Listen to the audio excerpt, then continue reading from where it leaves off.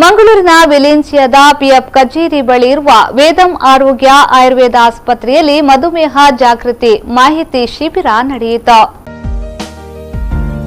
ವೇದಂ ಆರೋಗ್ಯ ಆಯುರ್ವೇದ ಆಸ್ಪತ್ರೆ ಮತ್ತು ಗ್ರೀನ್ ಮಿಲ್ಕ್ ಕಾನ್ಸೆಪ್ಟ್ ಸಂಸ್ಥೆಗಳ ಸಂಯುಕ್ತಾಶ್ರಯದಲ್ಲಿ ನಡೆಯಲಿರುವ ಈ ಶಿಬಿರದಲ್ಲಿ ಉಚಿತ ಮಧುಮೇಹ ಪರೀಕ್ಷೆ ಮತ್ತು ರಕ್ತದೊತ್ತಡ ಪರೀಕ್ಷೆ, ಮಧುಮೇಹಿಗಳಿಗೆ ಉಚಿತ ಆಹಾರ ಕ್ರಮದ ಸಲಹೆ, ಉಚಿತ ವೈದ್ಯಕೀಯ ತಪಾಸಣೆ, ಪ್ರತಿಷ್ಠಿತ ಆಯುರ್ವೇದ ಕಂಪನಿಯು ಮಧುಮೇಹ ಔಷಧ ವಿತರಣೆ, ಅನುಭವಿ ಯೋಗ ಮತ್ತು ಮುದ್ರೆ ತಜ್ಞರಿಂದ ಮಾರ್ಗದರ್ಶನ ನೀಡಲಾಯಿತು.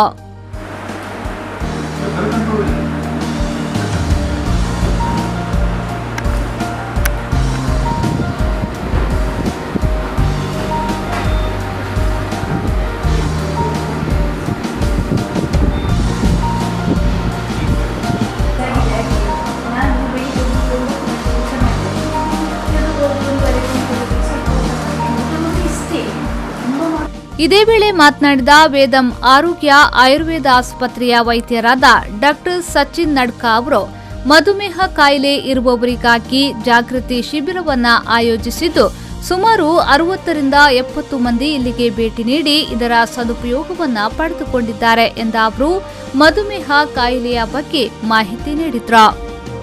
ಮುಖ್ಯವಾಗಿರುವಂತಹ ಈ ಕಾಯಿಲೆ ಆಗಿರುವಂತಹ ಡಯಾಬಿಟಿಸ್ ಅಥವಾ ಮಧುಮೇಹ ಇದೊಂದು ಕ್ರೋನಿಕ್ ಡಿಸೀಸ್.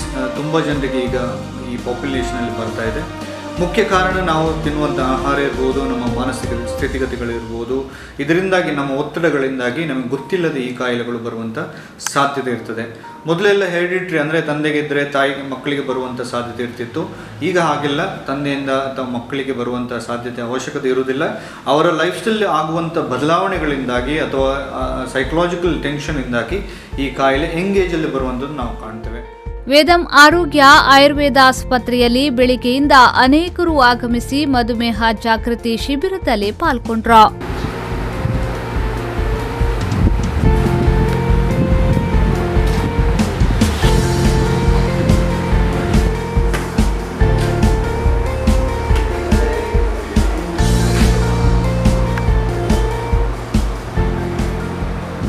ಶರಸಾಲ್ಯನ್ ವಿ4 ನ್ಯೂಸ್ 24/7 ಮಂಗಳೂರು.